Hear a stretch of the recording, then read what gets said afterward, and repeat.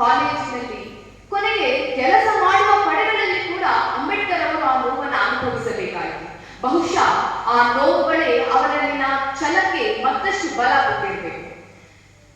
ಇನ್ನು ಅಂಬೇಡ್ಕರ್ ಅವರು ಬರೋಡಾ ಮಹಾರಾಜ ಸಯ್ಯದ್ಜಿರಾವ್ ಗಾಯಕ್ವಾಡರವರ ವಿದ್ಯಾರ್ಥಿ ವೇತನವನ್ನ ಪಡೆದು BA ಪದವಿಯನ್ನು ಮುಗಿಸ್ತಾರೆ. ಕೆಲ ದಿನಗಳ ನಂತರ ಬರೋಡಾ ಸಂಸ್ಥಾನದ ಮಿಲಿಟರಿ ಲೆಫ್ಟಿನೆಂಟ್ ಆಗಿ ಕೆಲಸವನ್ನು ನಿರ್ವಹಿಸ್ತಾರೆ.